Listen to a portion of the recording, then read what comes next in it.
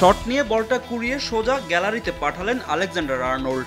ইংল্যান্ডের বাকি ফুটবল সদস্যরা ভৌ দৌড় দিলেন জর্ডান পিকফোর্ডের দিকে। থ্রি লায়নদের জয়ের নায়ক তো এই গোলরক্ষকই। টাই ব্রেকারে সুইস পদের নীল নকশা পানির বোতলে করে মাঠে আনেন ইংলিশ গোলরক্ষক, যেখানে লেখা ছিল সুইস ফুটবলারদের শটের পজিশন।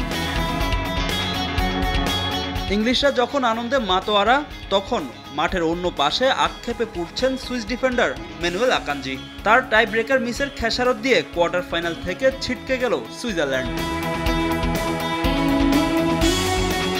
অবশ্য এদিন ডুসেলডর্ফ অ্যারেনায় দর্শকদের প্রাণহীন প্রথমার্ধ উপহার দেয় দুদল। বল দখলে সমানে সমান লড়লেও অন টার্গেটে শট রাখতে পারেনি কেউই। পুরো ম্যাচ জুড়ে ছায়া হয়েছিলেন ইংলিশ ফরওয়ার্ড হ্যারি কেইন, আর প্রত্যাশা অনুযায়ী খেলতে পারেননি জুড বেলিংহাম। অন্যদিকে খুব একটা পরীক্ষার মুখে পড়তে হয়নি ইংলিশ গোলরক্ষককেও।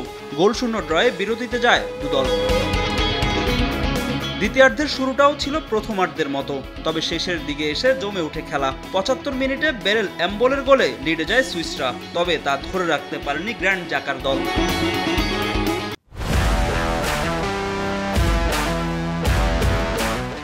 গোল খেয়ে দলে ৩ পরিবর্তন আনেন English coach Gareth Southgate. ৫ minute পরেই ডেকলান রাইসের পাস থেকে দুর্দান্ত এক গোল করে ইংলিশদের ম্যাচে ফেরান পুরো ইউরো জুড়ে নিজেকে হারিয়ে খোঁজা বুকায়ো সাকা। সমতায় ফিরে আক্রমণের গতি বাড়ায় গত ইউরোর রানার্স আপরা, তবে নির্ধারিত সময়ে আর গোল না হওয়ায় খেলা গড়ায় অতিরিক্ত সময়ে। সেখানেও কোনো দল গোল করতে না পারায় টাই ব্রেকারে যায় ম্যাচ। সেখানে প্রথম শটেই বোকামি করে বসে সুইস ডিফেন্ডার ম্যানুয়েল আকানজি। দারুণভাবে ডাইভ দিয়ে বল আটকে দেন ইংলিশ গোলরক্ষক জর্ডান পিকফোর্ড, কিন্তু বিপরীতে টানা ৫টা শটেই গোল পায় সাউথগেট বাহিনী। অন্যদিকে পরের শটগুলোতে সুইসরা গোল পেলেও সেই এক মিসেই কপাল পড়ে তাদের ৫-৩ গোলের জয় নিয়ে সেমিতে ওঠে থ্রি লায়ন্স। ফাহিম ইসলাম, সময় সংবাদ।